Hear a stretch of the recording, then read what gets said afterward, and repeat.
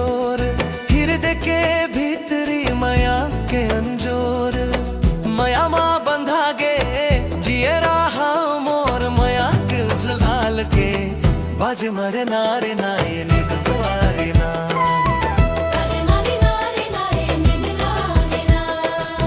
बाजे मारे नारे नाये निकला देना।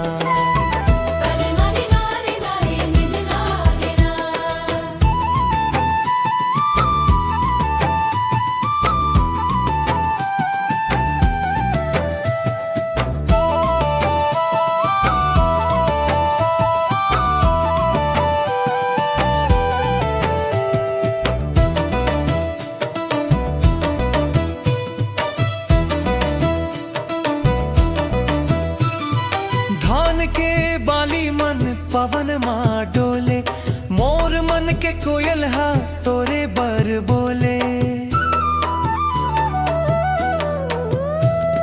मेहनत के रद्दा माँ संग माँ हम चलबो, दुख के अंधियार माँ दिया कस जलबो। तोर मुस्कान जैसन कोनो नहीं और, तोर तिर रहना मोर तीरथ उठौर। महुआ के महक कस तोर ये स्वभाव, हृदय माँ देह माया के प्रभाव। सावन के झड़ी कस माया बरस थे, तोर बिना एक पल जियरा तरस थे।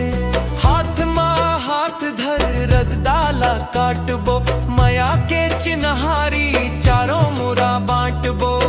कर्म राजा के सेवा मा जाबो, माया के भरोसाला मिल के निभाबो।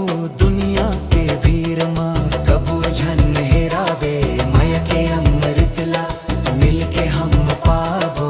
मंदिर के ताल माँ झूम झूम नाचबो, माया के डगर माँ सुध बुध ला हारबो।